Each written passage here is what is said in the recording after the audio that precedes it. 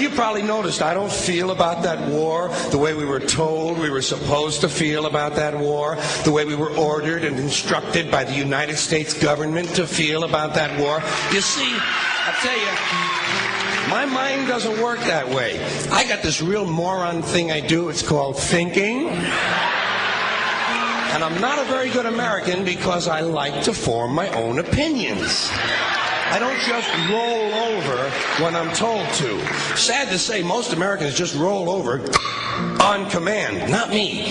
I have certain rules I live by. My first rule, I don't believe anything the government tells me. Nothing. Zero. Nope.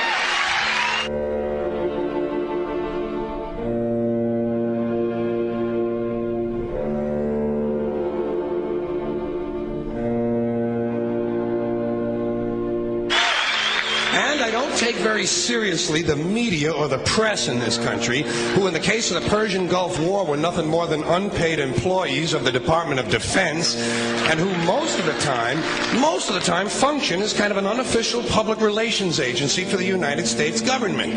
So I don't listen to them. I don't really believe in my country. And I gotta tell you folks, I don't get all choked up about yellow ribbons and American flags.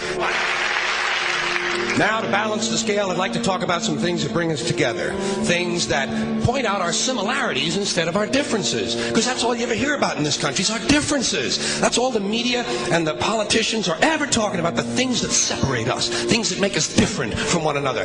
That's the way the ruling class operates in any society. They try to divide the rest of the people. They keep the lower and the middle classes fighting with each other so that they, the rich, can run off with all the fucking money. Fairly simple thing happens to work.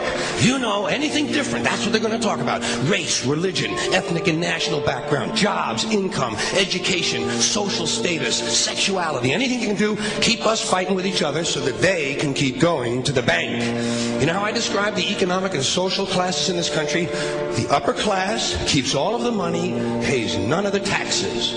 The middle class pays all of the taxes, does all of the work. The poor are there just to scare the shit out of the middle class.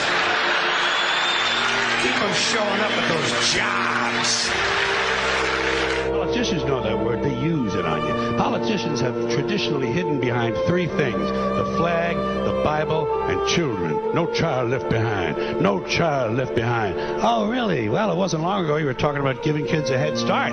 Head start, left behind? Someone's losing fucking ground here. But there's a reason. There's a reason. There's a reason for this. There's a reason education sucks, and it's the same reason that it will never, ever, ever be fixed. It's never going to get any better. Don't look for it. Be happy with what you got. Because the owners of this country don't want that. I'm talking about the real owners now. The big, the wealthy, the real owners, the big wealthy business interests that control things and make all the important decisions. Forget the politicians. They're irrelevant. The politicians are put there to give you the idea that you have freedom of choice. You don't.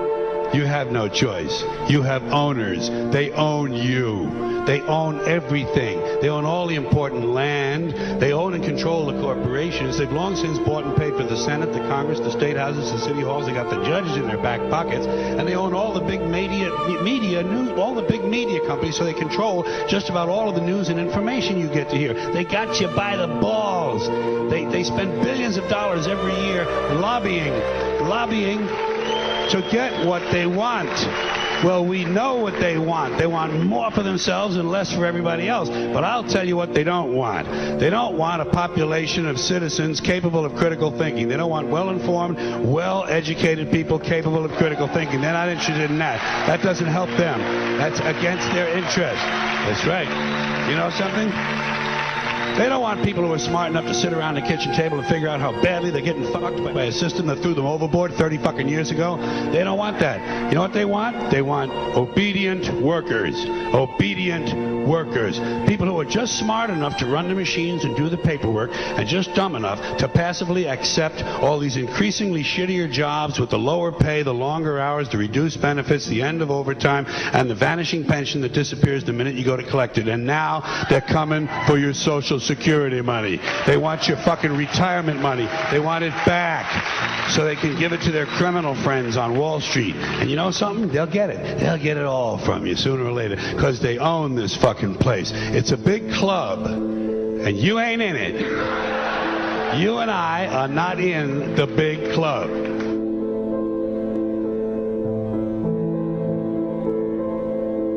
The greatest form of control is where you think you're free when you're being fundamentally manipulated and dictated to. One form of dictatorship is being in a prison cell and you can see the bars and touch them. The other one is sitting in a prison cell but you can't see the bar, you think you're free. What the human race is suffering from is mass hypnosis.